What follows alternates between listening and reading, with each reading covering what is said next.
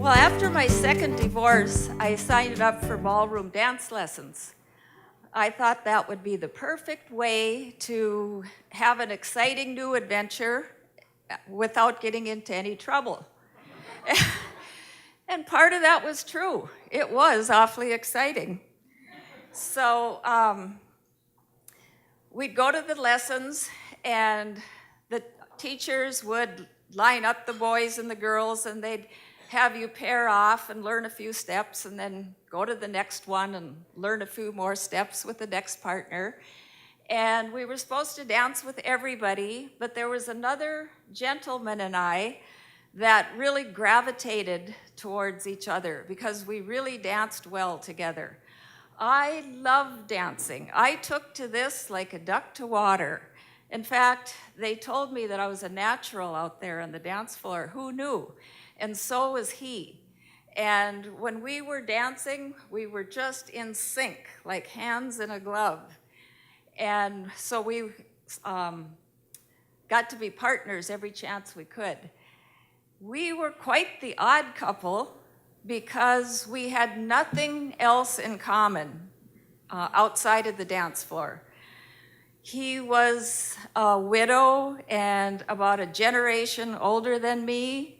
I don't think that would be possible now to be a generation older than me and still alive and kicking on the dance floor, but this was a long time ago. And we had nothing in common. He was very well-mannered and quiet and conservative, and I'm kind of liberal and scrappy, and our worldviews, our lifestyles were about as far apart as you can get. But we loved dancing together. And after the lessons were over, we started going out to all the ballroom dances every Saturday night, all over the place.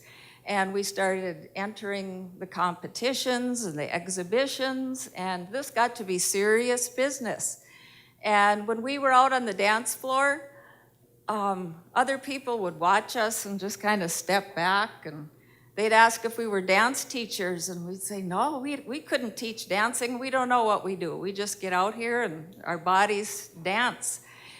And 4 years later, we were still going ballroom dancing together every Saturday night.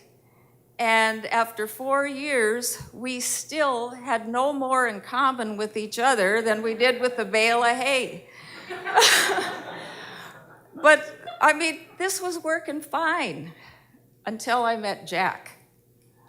And Jack was more my age, and he was a lot of fun, and we were able to talk all day and half the night. We had a lot of things in common, same interests, same lifestyle, same worldview. We were part of a social circle that would bike and hike and have parties and go to theater and the arts, and we were just having a wonderful time. And we were very well matched, except for one thing. And that's that Jack had 2 left feet. Not only that, he was downright embarrassing on the dance floor. And by this time, I was addicted to dancing. I mean, those spins and twirls and the cha-cha and the rumba and the pliés, and oh my God, don't get me going. And I had a perfect dance partner. So, just kind of by default, I just kept going along that way, in a relationship with Jack, dating Jack, and I had this dance partner every Saturday night. And I was putting off making a decision. I knew I couldn't live that way forever, but I was kind of waiting to see if it worked out between Jack and me over the long haul, because if it didn't, I didn't want to give up my dance partner. Well, what I really want to tell you about tonight is the day that I knew I had to make a decision. And it was a Saturday. And so, of course, I had a date with Jerry, the dance partner. to go ballroom dancing that night. So Jack and I went out during the day, spent the day together. That morning, we went rollerblading along the river on the bike path and just had a lot of fun. And we went out for lunch. And then later that afternoon, we ended up at his house in bed. And just as things were getting interesting, we heard a knock at the door. And we were just going to hunker down and pretend nobody was home and they'd go away. Well, that isn't what happened. They started to knock louder and pound.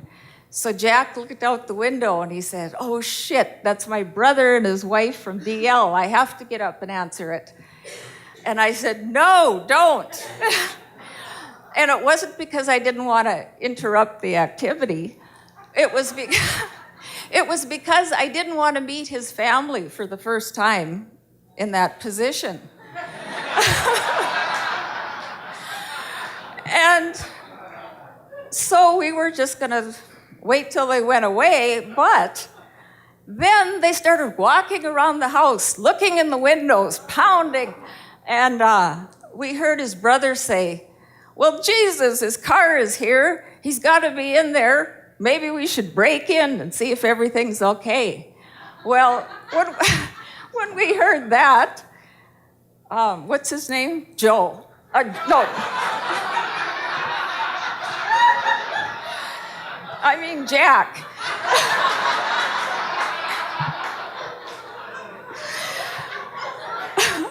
He got up and answered the door, and his brother says, "Jesus, Jack, I can't believe all the pounding you slept through. You ought to see a doctor." And then they came in, started yakking. Well, I could see that they weren't going to leave anytime soon. And so I threw on my clothes and decided I better go out and join them. I kind of stumbled out of the bedroom, my hair going north and south in every direction, and then my makeup was smeared. And I don't know, I probably had some clothes on inside out even, I don't know. But then they started to laugh. "Oh, Jack, you old dog, you, that just explains everything, doesn't it?" And so then he introduced me. This is my girlfriend, Linda. And I sat down and I really liked these people. We started talking. We had a really good time. I started to forget what a mess I probably looked like. And we were having a great time. And then Jack's brother said, "Well, how about the four of us go out to dinner before we go back to DL?" And Jack said, "Yeah, I'll go, but she can't. She's got to get home. She's got another date with somebody else tonight." So that's when I knew that I had to make a decision.